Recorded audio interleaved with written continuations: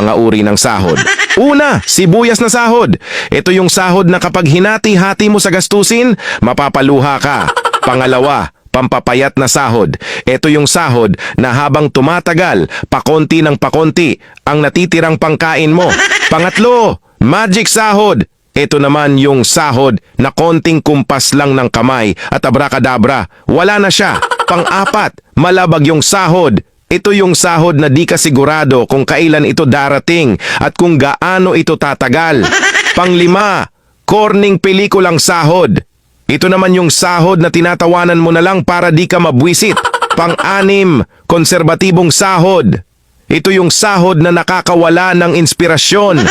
Pang-pito, baog na sahod. Ito naman yung sahod na kahit anong trabaho ang gawin mo, wala pa ring kalalabasan ito. Pang-walo, reglang sahod. Ito yung sahod na isang beses isang buwan lang dumating at tumatagal lang ng 3 araw. Alin sa 8 ang sahod mo?